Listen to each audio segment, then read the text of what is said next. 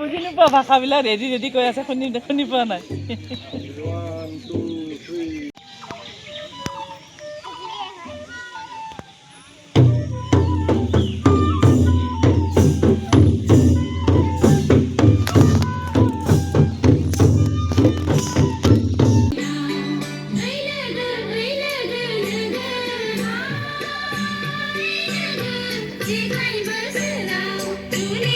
দে খুলুংবাই আমি চেঙামাৰী বৰশাৰী হাৰিমু নাফাদৰ আজি এই ৰিহাৰ্চল কৰি থকা যিসকল আমাৰ যুৱতীসকল আৰু যুৱকসকলো আছে আমাৰ লগতে বাধ্যক ফাৰ্ম চিফুঙৰ সেয়েহে আজি আপোনালোকৰ ওচৰত আমি অনুৰোধ কৰিবলৈ বিচাৰিছোঁ আমি বিশ্বনাথ চাৰিআলিৰ পৰা চতিয়াৰ পৰা 7 কিলোমিটাৰৰ এখন চেঙামাৰী বিশাল চেঙামাৰী গাঁৱৰ বাসিন্দা হৈ আমাৰ মানে চেঙামাৰী বুলি ক'লেও বহুত ডাঙৰ এখন বিশাল আৰু আমি 8খন গাঁও হিচাপে 8খন গাঁও আছে আমাৰ ইয়াত গাঁও হিচাপে আমি সেই গাঁৱৰ যুৱক যুৱতীসকলে আজি আমি আমাৰ বাগৰুম্বা বা বড়োৰ যিবিলাক সংস্কৃত নৃত্য যি বাগৰুম্বা আমি এইবিলাকৰ কাৰণে আগবাঢ়ি আহিছোঁ কিন্তু এটাই আমাৰ দুখ যে এই দুখটোৱে আমি বহুত বিপদত পৰি আছোঁ এইটো দুখ হ'ল আমাৰ কি যে আমি ভাষা নাজানো আমি ইয়াত বিভিন্ন জাতি জনজাতিৰ লগত ধৰ আমাৰ ইয়াত আমাৰ ওচৰতে অসমীয়া মানুহ মুছলিম মানুহ আদিবাসী আৰু লগতে বড়ো এনেকৈ জাতিৰ মিছ হৈ আমি ভাষাটো আমি ইয়াত নাজানো সেইটোৰ কাৰণে সেইটোৱে আমাৰ দুখ হ'ল তেও আমি বড়ো জাতিৰ হৈ আজি আমাৰ ল'ৰা ছোৱালীবিলাকক অকণ আগুৱাই আনিছোঁ বা আগবাঢ়ি যাবলৈ আহিছে কিন্তু আমাৰ কিছুমান সা সুবিধা এনেকৈ নহয় যে যি আমাক কোনোবাই গাঁওখনৰ কথাই কোনো নাজানে যে এখন চেঙামাৰী গাঁও এখন আছে বা এনেকৈ বড়ো মানুহ আছে এই কথাটো সুধিলে বা কোনোবা আহিলে আমাক মানে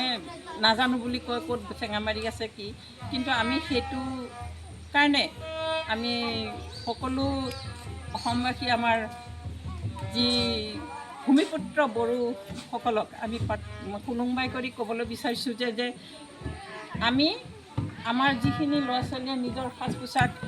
দখনা আৰনাই পিন্ধি বা খাম চিফুং লৈ যেনেকৈ আগবাঢ়ি আহিছে কিন্তু আমি নিজে চেষ্টা কৰি আজি আমাৰ যিখিনি আমাৰ জাতিৰ সংস্কৃতিৰ সাজ পোছাক সকলো আগবঢ়াই নিম বুলি আমি ভাবিছোঁ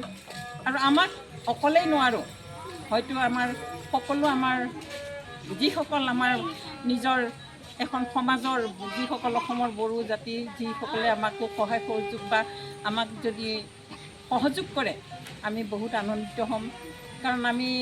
বৰ অকলশৰীয়া হৈ পৰা নিচিনা হয় আমাৰ কিবা কাৰণ আমি বড়ো জাতি এটা হৈ আমি এনেকৈ এটা ঠাইত কিবা কৰি আছোঁ যেনেকৈ যে আমাৰ অসমীয়া ভাষাত কয় যে চুকৰ ভেকুলী বুলি কয় আমি তেনেকৈ সোমাওঁ আৰু ওলাওঁ কাৰণ কিয় যদি আমি আমাৰ দখনা কিবা পিন্ধি যাওঁ গাড়ীত হওক ৰাস্তাত হওক যদি আমাক দখনা পিন্ধি যোৱাৰ পিছত কয় আপোনালোকে ভাষাত সুধি দিলে আমি ভাষা ক'ব নোৱাৰোঁ সেইটো লাজত আমি দখনা বা এনেকৈ পিন্ধিবলৈ আমি মানে ভাল নালাগে সেইকাৰণে আমি আমাৰ যি আমি অসমীয়াৰ সাজ পোছাক চাদৰ মেখেলা এইবিলাক পিন্ধিয়ে আমি মানে থাকোঁ বা ক'ৰবালৈ যাওঁ কিন্তু সেইটো সদায় হৈ থাকিব নোৱাৰে আমি যেতিয়া আমাৰ বড়োসকলে আগবাঢ়ি আহিছে আৰু এই গুৱাহাটীত যিটো বাগৰুম্বা হ'ল আমি এইটো একোৱে গম নাপালোঁ সেইটো বাৰু আমাৰ ভুল বা আমাৰে দুখ আছে আমাৰে ভুল হৈছে আমি ভাষা নাজানাৰ কাৰণে বুলি আমাৰ এটা ভুল হৈ আছে সেইটো আমি দুখ ধৰা নাই কাকো আমি নিজকে দোষী বুলি আমি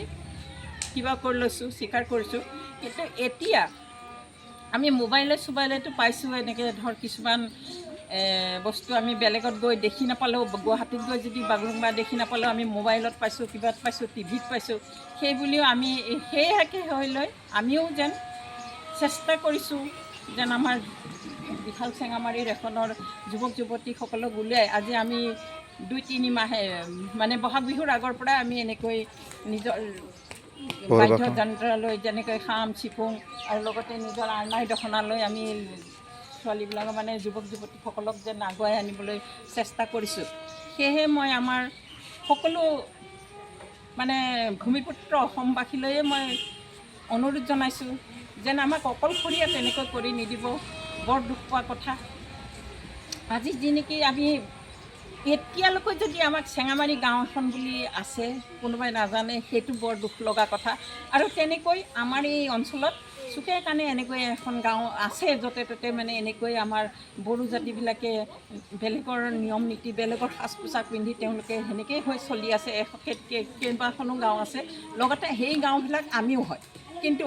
এতিয়া আমি যেতিয়া মোবাইলে টিভিয়ে দেখি আমি অকণ আগবাঢ়ি ওলাবলৈ চেষ্টা কৰিছোঁ সেই চেষ্টাত আমি আৰু আমাৰ এইটো ব্ৰিটিছ এৰিয়া নপৰিলে আমি নন ব্ৰিটিছত পৰি আছোঁ